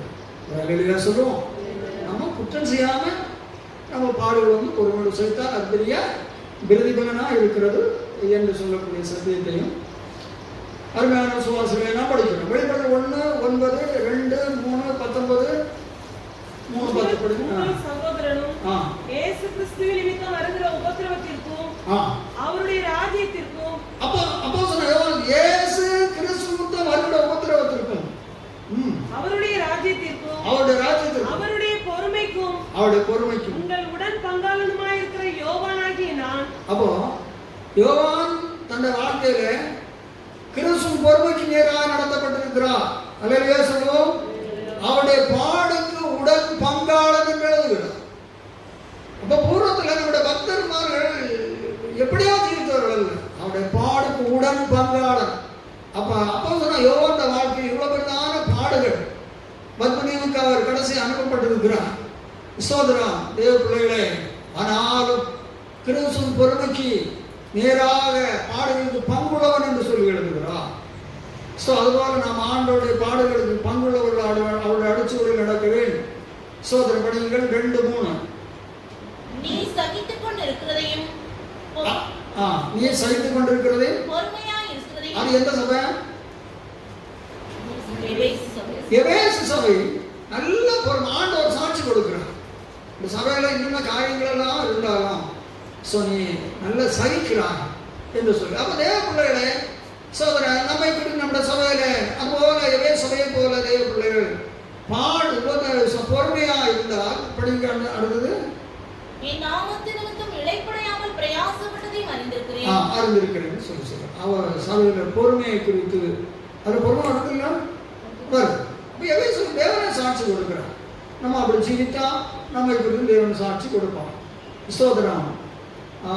3ஆம் அதிகாரம் 19ஆம் வசனம் படிங்க. உன் கிரியைகளையும் உன் அன்பையும் உன் ஊழியத்தையும் உன் விசுவாசத்தையும் உன் பொறுமையையும். அடுத்தது அந்த சபையை குறித்து அது எந்த சபை? தியத்தீரா சபைக்கு பொறுமை இருந்தது. அப்போ இந்த பூமியில சபைகள் தேவனுடைய பார்வையிலே கிறிஸ்துவின் பொறுமைக்கு நேராக நடந்திருக்கிறார். அதுவும் தேவன் தான் சாட்சி கொடுக்கிறார். ஆகவே உங்களால் நடக்க முடியாது என்று சொல்லி யார் எப்படி நடப்பா, எந்த சபை நடக்கிறது, எந்த விசுவாசம் நடக்கிறான்னு சொல்லி கேள்வி இல்லை. ஒரு அல்லேலூயா சொல்லுவோம். அது நமக்கு முன் சென்றதான 10 நாள் அப்படிப்பட்ட நிலை நடந்ததுக்கு ஒரு சாட்சி தான் இங்கே 2 சபைகள் அந்த நிலையில கடந்து போயிருக்குன்னு சொல்லி ஆவியான அந்த சபையுடைய பொறுமையை குறித்து சாட்சி கொடுக்கிறார். 3:10 படியுங்கள்.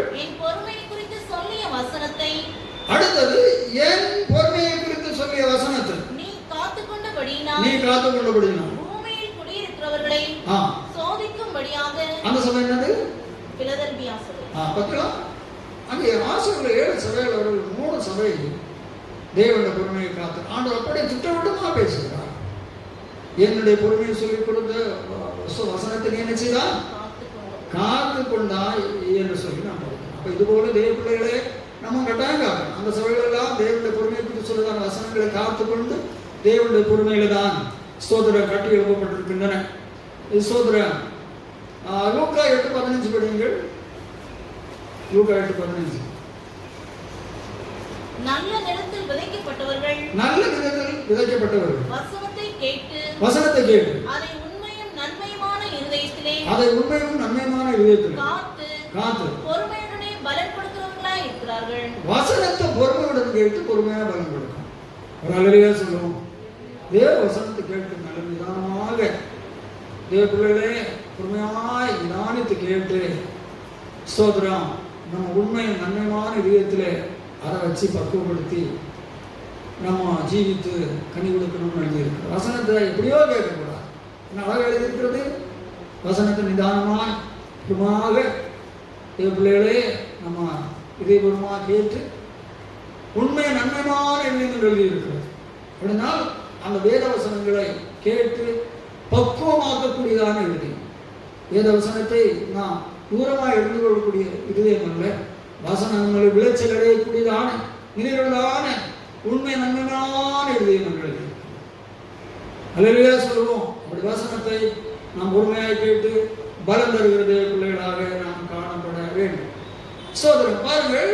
சங்கீதம் 41 தான் இது கர்த்தருக்கு பொறுமையுடன் காத்து இருந்தேன், அவர்கள் என்னிடமாக சார்ந்து என்னைய படிக்கிறேன். கர்த்தருக்காக பொறுமையுடன் காத்திருந்தேன், அவர் என்னிடமாய் சாய்ந்து என் கூப்பிடுதலை கேட்டார். அப்ப ஆண்டவருக்காக விசுவாச தேவனுடைய பிள்ளைகளே பொறுமையுடன் காத்திருக்கக்கூடிய ஒரு அனுபவம் தாவிட்டு இருந்தது. அதனால சோதரா சவுல் பாருங்கள். சவுல் முதல் ராஜா 1:10 சோதரா சவுலுக்கு பொறுமையுடன் காத்திருக்கிறதான அனுபவம் இல்லை. படிங்க. நீ எனக்கு முன்னே கில்காலுக்கு இறங்கி போ, சர்வாங்க அந்த ஸ்பெல்லிங் தப்பு போட்டீங்களா? நீர்னு படிச்சீங்களா நீர்னு படிச்சீங்களா? அது எப்படி எழுதிருக்கு? நீ எனக்கு முன்னே நீர் எனக்கு முன்னே முதல்ல நீங்க எப்படி படிச்சீங்கன்னா கேட்டேன். கரெக்டா படிச்சா சரி. நீ எனக்கு முன்னே கில்காலுக்கு இறங்கி போ, சர்வாங்க தகன பலிகளையும் சமாதான பலிகளையும் செலுத்தும்படிக்கு நான் உன்னிடத்தில் வருவேன். நான் உன்னிடத்தில் வந்து நீ செய்ய வேண்டியதை உனக்கு அறிவிக்க மட்டும் 7 நாள் காத்திரு என்றான். அவன் சாமுவேலை விட்டு போகும்படி திரும்பினபோது இப்ப சாமுவேல் தான் சவுல் ராஜாவுக்கு சாமுவேல் தான் அவர் அபிஷேகம் பண்ணார். தானாக சவுல் ராஜாவே இல்லை, ராஜாவாக்கி அவனோட வாழ்க்கை என்னென்ன நடக்கும், என்னென்ன சம்பவம், எந்த இடத்துல என்ன நடக்கும்னு சொல்லிட்டு சத்தியங்களுக்கு எல்லாத்தையும் குறிப்பாக சொன்னது சாமுவேல் தான். இப்போ சொல்றாரு, நீ 7 நாள் நான் வரைக்கும் காத்திருக்கணும் என்று சொல்லி விவரங்கள்லாம் சொல்லிட்டு போறார். இவர் பொறுமையாக காத்திருக்கவே இல்லை. அவர் எண்ணி துணிந்து சர்வான தர்மங்களெல்லாம் செலுத்தி விடுவார். சாமுவேலுக்கு பார்க்கிற பொழுது முழுவதும் தவறாக இருந்தது. ராஜ்யபாரத்தையும் நடக்கிறது. ஒரு அழிலையே சொல்லுவோம். அன்பான தேவ பிள்ளைகளே, சோதரம் இதுல சவுலுடைய அனைத்து ஆலோசனையும் ஒரு ஊழியனாகிய அவரை அபிஷேகம் பண்ணி ராஜாவாக்கு தந்த நிலையிலும் சோதர தேவன் சோதரன் சாமுவேலை கொண்டு செய்து அவன் என்னென்ன செய்யணும் ராஜ்யபாரத்தில் சொல்லக்கூடிய எல்லாவற்றையும் ஊழியனை கொண்டு தான் சொல்லுகிறார். சொல்லி தாமதிக்க சொன்ன பொழுது அவர் பொறுமையா தாமதத்தை இழந்து பொறுமையை இழந்தார். ஒரு அழிலையே சொல்லுவோம். பொறுமை இழந்து அவராக சோதரம் பலி செலுத்தி பல காரியங்களை அவருடைய விருப்பத்தின்படி செய்கிற பொழுது தேவனுடைய பார்வையில் அது குற்றமாயிற்று. சோதரம் அவருடைய கீழ்ப்படியாமையை குறித்து அவர் இங்கே சொல்லுகிறார். சர்வாங்க தகனபலியை பார்க்கலும் கீழ்ப்படுதலும் உத்தமம் என்று சொல்லி 15ஆம் அதிகாரத்தில் சொல்லியிருக்கிறது படிக்கிறோம். இல்லையா சொல்லுவோம். அப்போ இந்த பகுதியில் படிக்கிற பொழுது சோதரம் சவுல் கீழ்ப்படிய பொறுமையாக இருக்கவில்லை. இது நிமித்தமாக அவருடைய ராஜ்யபாரத்தை இழந்து அவர் வறுமையாகி போகிறார் நிலைமையை தான் படிக்கிறோம். அப்போ தேவனுடைய பார்வையிலே தேவ பிள்ளைகளே, நான் கீழ்ப்படுகிறான், நண்பர்களுதான் நான் வளர வேண்டும். தாவீது எப்போதும் கீழ்ப்படியக்கூடியதான அனுபவங்கள் இருந்தது. சோதரம் பாருங்க, தாய் வாழ்க்கையில் நாத்தான் ஆகிய தீர்க்கதரிசிகள் சாமுவேல் தான் தாயை அபிஷேகம் பண்ணுகிறார். இந்த ஊழியர்களை அனுப்பி பல காரியங்களை சொல்லுகிற பொழுது இந்த தாயில் ஒரு நாளும் அவர்களுக்கு வேறொரு ஆலோசனை சொன்ன எதிராக பேசினது இல்லை. நாத்தான் காத்து என்று சொல்லக்கூடிய தீர்க்கதரிசிகளுக்கு பலமுறை அனுப்பியிருக்கிறார். சம்பவங்கள் எல்லாம் சொல்லுகிறார், குறைகள் எல்லாம் சொல்லிக் கொடுக்கிறார். ஒரு நாளும் தாவி, அதாவது தாவில் இருந்தார் மேலான விஷயம் பொறுமையோடு கேட்கிறார். ஒரு அலையா சொல்லுவோம், அவசரப்படவே இல்லை. இதனால தாவீதுடைய அரசாட்சி முடியும் மேன்மையாக இருக்கிறது. பொறுமை தாவீதிலும் அவன் பொறுமையோடு காத்திருந்தேன் என்று சொல்லுகிறார். அவர் தேவ பிள்ளைகளே, ராஜாக்கள் புஸ்தகங்களை பறக்கிற பொழுது சில ராஜாக்களுக்கு தேவன் தம்முடைய தீர்க்கதரிசி அனுப்புகிறார். அனுப்பி அவருடைய குறைவுகளை சொல்லுகிற பொழுது, இல்லைன்னா அவரை கொண்ட ஆலோசனை சொல்லுகிற பொழுது அவர்கள் சொல்லுகிறார்கள், எனக்கு ஆலோசனை காரணம் என்ன வைத்தவன் யார், நீ ஏன் வெட்டப்பட வேண்டும் என்று சொல்லி சில ராஜாக்கள் பேசி இருக்கிறார். அப்பொழுது அதன் மட்டும் அவர்கள் வியாதிப்பட்டு மறித்திருக்கிறார்கள். சிலர் யுத்தங்களிலே போய் மறித்திருக்கிறார். இவர்களெல்லாம் நீங்கள் விசுவாசி நீங்கள் படித்த சம்பவங்கள். ஆகவே தேவனுடைய ஜனமே, ஒரு தேவனுடைய பிள்ளைகள் எப்போதும் பொறுமையாக இருக்க கற்றுக்கொள்ள வேண்டும். ஒரு ஊழியருடைய ஆலோசனைகளுக்கு எப்போதும் பொறுமையாக இருக்க வேண்டும் என்று சொல்லக்கூடிய பகுதி இந்த பகுதியில் நமக்கு தெளிவுபடுத்தப்படுகிறது. சொல்லுவோம், தாவீது பொறுமையா இருந்தா சவுல் பொறுமையா இருக்கவில்லை. இதன் மொத்தமாக சவுல் நஷ்டமடைகிறான், தாவீது கனமடைகிறான். ராஜாக்கள் புத்தகத்தில் அநேக ராஜாக்களும் அப்படி நஷ்டமடைந்ததான சம்பவங்களை குறித்து பரிசுத்த வேதாகமும் அன்பான விசுவாசிகள் படிக்கிறது. நீ ஸ்தோத்திரம். ஆகவே நம்முடைய வாழ்க்கையிலே ஸ்தோத்திரம், நாம் பொறுமையிலே ஸ்தோத்திரம் பூரணம் அடைவோம். கர்த்தர் இந்த மேலான அனுபவத்தில் நம்மை நடத்தி பொறுமையிலே ஸ்தோத்திரம் காத்துக்கொண்ட இருவர் போல கர்த்தர் உங்களை உயர்த்துவாராக.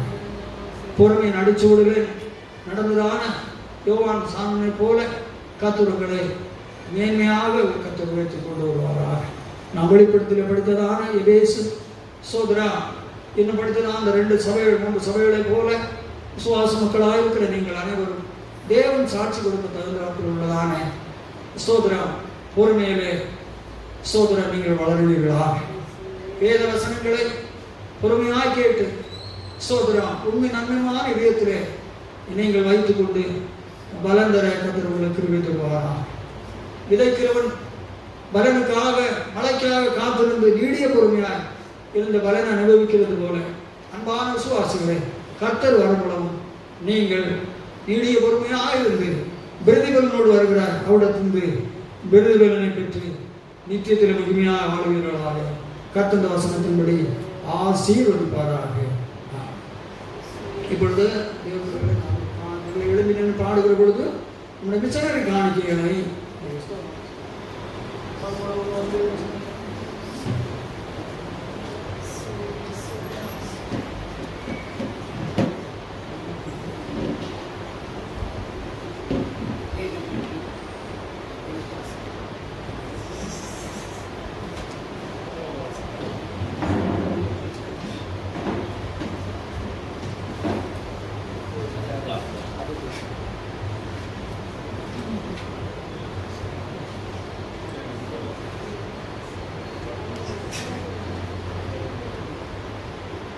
அறுநூற்றி 2வது பாட்டு பாடுவோம். சின்ன சொல்ல 462. கர்த்தாவுதான் கம்பீரநாதத்தோடும்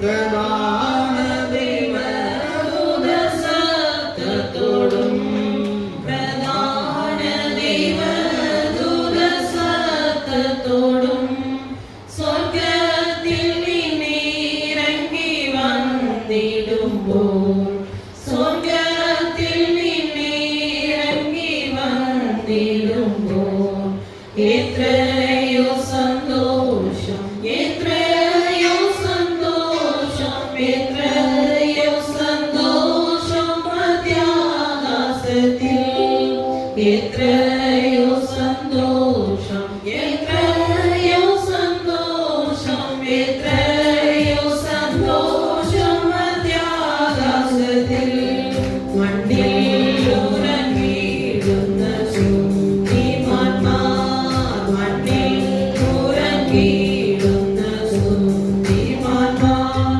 காகலநாதம் கேட்குந்த மாதிரியில் காகலநாதம் கேட்குந்த மாதிரியில் பெட்டனுயர்ந்து வானில் சேர்ந்திடுவே பெட்டனுயர்ந்து வானில் சேர்ந்திடுவே தீராத சந்தோஷம் தீராத சந்தோஷம் தீராத சந்தோஷம் பிரவீகுமவர் தீராத சந்தோஷம் தீராத சந்தோஷம் தீராத சந்தோஷம் பிரவீகுமவர் துன்யாவின் கல்யாணமகள் வினதில் துன்யாவின் கல்யாணமகள் வினதில் தன் வேதாந்தை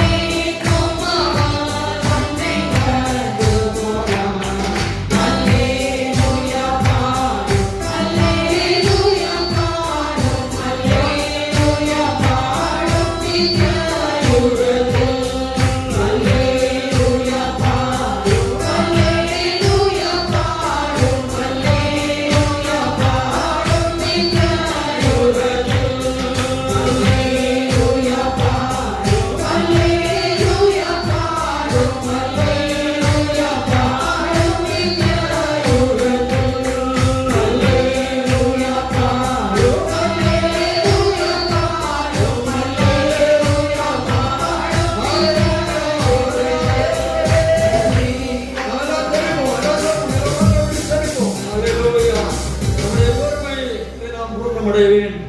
யாக்கோபுல படிக்கிற பொழுது சோதரன் பேசுவதற்கு பொறுமையாயிருங்கள் என்று 1ஆம் அதிகாரத்தில் எழுதியிருக்கிறது. கேட்பதற்கு தீவிரமாயும் கோபுவதற்கு தாமதமாயும் பேசுவதற்கு பொறுமையாயும் என்று எழுதியிருக்கிறது. நம்முடைய வாழ்க்கையில அதுக்கு அர்த்தம் என்ன? நான் பேசுவது நிதானமாக பேச வேண்டும், பொறுமையாக பேச வேண்டும் என்று படிக்கணும். பிரசங்கி 5:1-2 தேவாலயத்துக்கு ஒரு நடவை காத்துக்குள் மூடர் பலியிடக்கூடாது என்று எழுதியிருக்கிறது. 2ஆம் வசனத்திலே ஸ்தோத்திரம் நாம் படிக்கிற பொழுது தேவ சமூகத்தில் மனம் பதறி ஒரு வார்த்தையும் பேசக்கூடாது. தேவ பிள்ளைகளே, பரலோக வானத்தில் இருக்கிறார், நீ பூமியில் இருக்கிறாய், சுருக்கமாக இருக்கும் எழுதியிருக்கிறது. அப்போ தேவாலயத்தில் ஆராதனை ஸ்தலத்தில் ஆராதிக்கிற இடங்களில் மனம் பதறி பொறுமை இல்லாத அவசரப்பட்டு ஒன்றும் பேசக்கூடாதுன்னு அருமையான அன்பான மக்கள் எழுதியிருக்கிறது. எல்லாம் நீங்கள் தெரியாத விஷயம் எல்லாம் தெரிந்த மக்கள் இன்று தேவன் தன் வார்த்தை நானும் நம் அனைவரும் இன்னும் பொறுமையில் வளர்ந்து படக்கத்தை நமக்கு உதவி செய்யட்டும். உங்களை அதிகமாக ஆசீர்வதிக்கட்டும். துணிகள் மத்தியில் வாசமாக இருக்கிற எங்கள் சர்வ மகிமையான இயேசுவே, ஆராதனையை நாங்கள் பங்கெடுக்க பாக்கியம் தந்தி வாசனத்தை கொண்டு என்னோடு எங்களோடு பேசி எங்களுக்கு இருக்கிற பொறுமைகளில் அனுபவங்கள் போதாது. ஆண்டோடைய பொறுமையிலும் யோகன் பொறுமையிலும் ஆண்டோரே சோதரன் ஆசை உள்ளதான 7 சபைகளிலே ஆண்டோருக்கு இப்படிதான் 3 சபைகளை பொறுமை கொடுத்து சாட்சி கொடுத்து மட்டுமல்ல யோகானுடைய பொறுமை ஒவ்வொரு காரியங்களாக நாங்கள் படிக்கிறோம். நாங்கள் பேசுவதற்கு ஒரு பொறுமையாக இருக்க வேண்டும். வேத வசனத்தை பொறுமையாய் கேட்டு இதயத்தில் ஏற்றுக்கொள்ள வேண்டும். ஆண்டவரே ஸ்தோத்திரம் என்று சொல்லி எல்லாம் படிக்கிறோம். இயேசு உங்கள் நற்பலனை கொண்டு வருகிறீரப்பா. அந்த நற்பலனை பெறுவதற்காக ஒரு பூமியில ஒரு மனுஷன் பலனுக்காக மழையையும் அந்த விளைச்சலின் காலத்தை எதிர்பார்த்திருக்கிறது போல கத்தவர்களோடு எங்களோட வாழ்க்கையில பொறுமை நாங்கள் காத்து கொள்ளணும்ப்பா. அவர்கள் அதிக கிருபைகளை தார். யோபு சிநேகர்கள் பொறுமைகள் அற்றவர்களாக பேசினார்கள். ஆண்டவரை யோபு பொறுமையாயிருந்து மேன்மையான செயலை அனுபவித்தார். ஆண்டவரை தாவீது பொறுமையாயிருந்து மேன்மை அடைந்தார். சவுல் பொறுமையாயிருந்து ஆண்டவரை நஷ்டம் அடைந்தார் என்று படிக்கிறோம். தொடர்ந்து இந்த வசனங்களை எங்களோடு பேசிக் கொண்டிருக்கட்டும். இந்த பொறுமையின் பூர்ணத்தில் எங்கள் நடத்தும் சபை மக்களை நடத்தும்.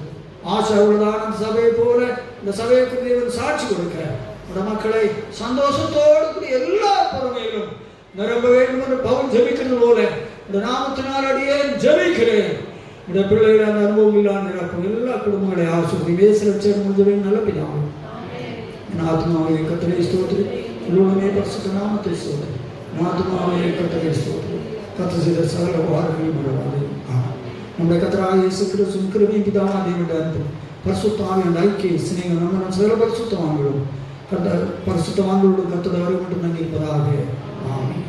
ஜீவிக்கிறார் இயேசு ஜீவிக்கிறார்.